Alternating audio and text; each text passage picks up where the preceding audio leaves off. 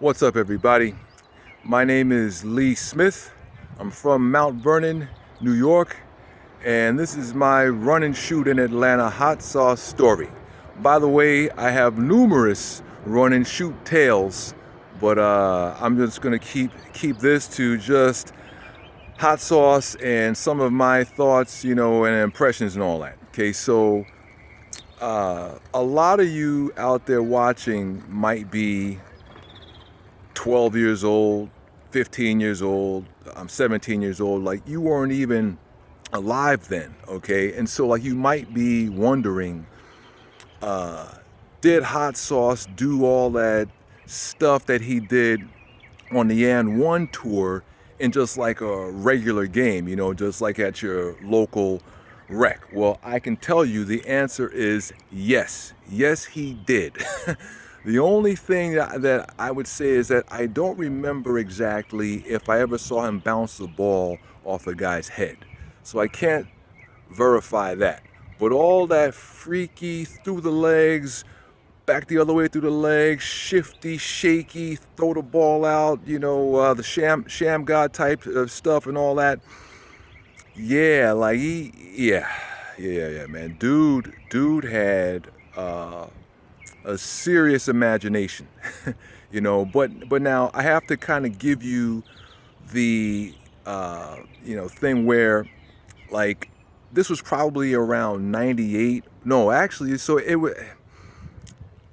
I got to Atlanta in November '97, and I think my first time down at Run and Shoot was probably around January or February '98.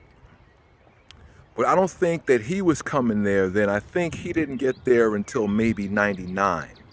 But at any rate, by like '99, I was 33. So I'm looking at him like a kid. I mean, he was probably, if I had to guess, maybe 18 years old, 19 or something like that. And he was very flashy.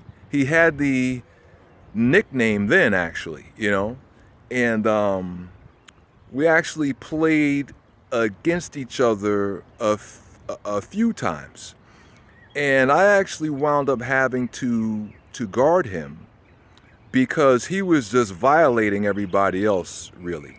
So what would happen is they would go for all the shakes and the fakes and stuff, and then they'd get flustered, because everybody's going ooh and ah, all this type of stuff. So even though we were not necessarily a natural matchup, usually I would be on him, okay, and then he would be on me sometimes also, okay. But like at that time, I mean, so like I'm 6'3", and at that time I was probably about 195 pounds, and he's probably just barely 6 feet, barely, maybe 5'11", and in those days probably a buck 55. So physically, we aren't really matched up well, but he was on me, at times, right? But anyway, so I remember that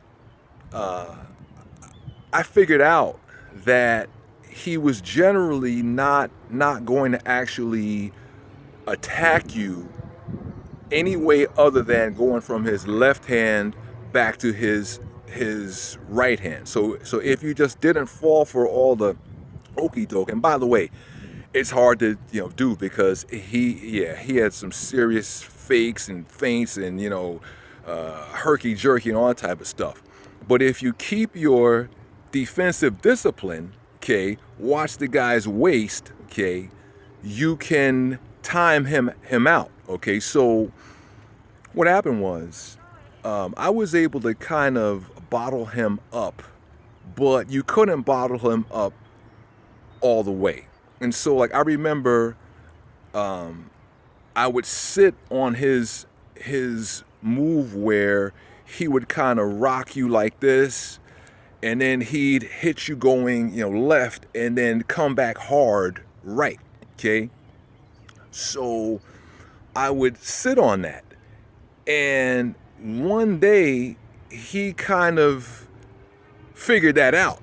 And so what he did was he hit me with the rock, left, and then he looked right, but didn't come back right. He just looked right and then just went on me. Pew! And I was like, oh, he got me. I was like, all right, youngster, you're learning. Okay. Then another time he had the ball in the corner on the right side, and I'm on him, and he gave me like this in out, and he brought it up like like a shot attempt almost, except he didn't actually go up. He just faked it up and then came back down. Well, I bid on it. I bid up.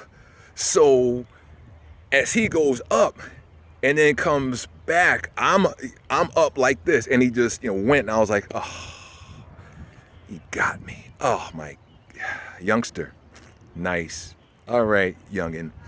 And then but like generally, I was able to make him shoot outside shots, and then it was just a case of he either makes them or he doesn't.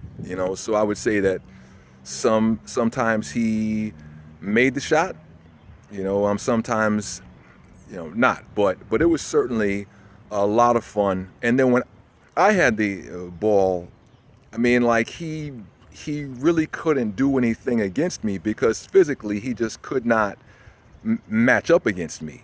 So I could shoot over him anytime, or I could take him into the box if I wanted to. I could just shoot over him if I wanted to. So defensively, he was just too young at that point and not just physically there, But man, offensively, yeah.